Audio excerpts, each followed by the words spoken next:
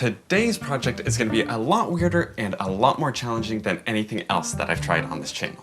Quick disclaimer before we get into things, this leather and wood kettlebell actually isn't my idea. I came across this random Lithuanian shop on Etsy called Eternal Creek that makes the most beautiful workout equipment I've ever seen. I want everything that they make, from their adjustable walnut pull-up bar to these little itty bitty hand weights. But when I came across this kettlebell, I just knew I had to have it, and it seemed like something that I just might be able to make myself. My plan is to break this build down into three main components: the handle, the bag, and the interface between them. The lower bag portion seems the most straightforward to me. I think that the overall shape is just a leather cylinder that's folded in a way that gives it these weird but also aesthetic curves. So we just need to make a leather cylinder and we should have the bag part sorted out. Easy, right?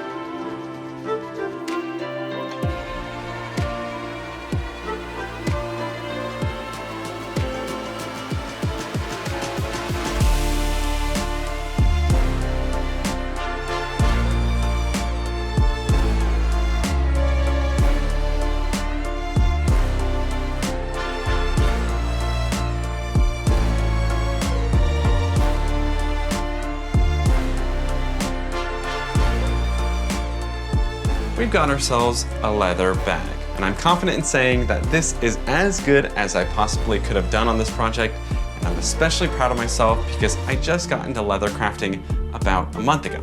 And one last thing I added to the bag right before we did the stitching was a 3D printed stamp of my name and the total weight of the bag. It's surprising how well 3D printed parts hold up under this much pressure, and it was a really cool technique to learn in the process of this project.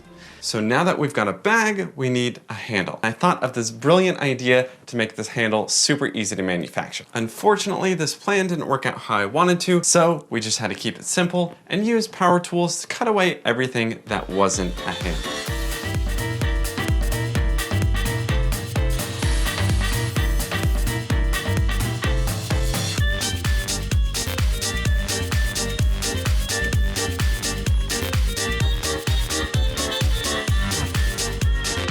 And now that we've got a 2D shape, we just need to make it a little bit more round.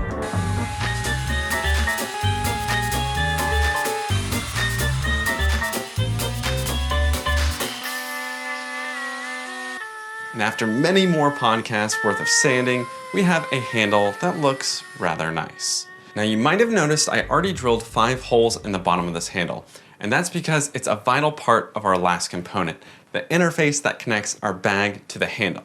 This is the most difficult part for me because I'm forced to completely guess on the best way to do it. The most straightforward idea I had was to just run pins through a channel that the leather sits in. Friction fitting these pins will let us disassemble the kettlebell. I cut 5 of these 9mm brass rods to the exact width of the handle with a Dremel, which, if you didn't know, makes them pretty hot. Then I sanded and polished the edges to a nice shine.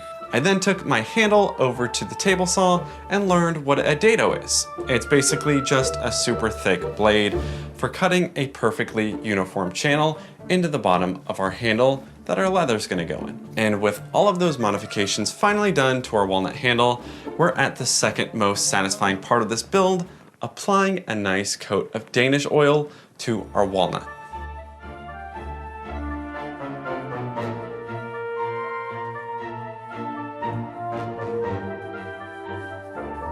I haven't mentioned yet what we're using to actually make this kettlebell heavy, and I had a bit of a hard time finding the right thing to use for this, but I landed on the stainless steel slingshot ammo. I ended up using about 3,000 of these little balls to get this thing to the 25 pounds that I'm aiming for. I know there's gotta be a lot better options for weighing something like this down, so please let me know if you've got any good suggestions. But with all of our components made and a little bit of foam added to the top to plump up the bag, we're ready to get on to the final assembly of the kettlebell. And this is where I might have made a huge, tiny mistake. I didn't cut my channel high enough with the dado.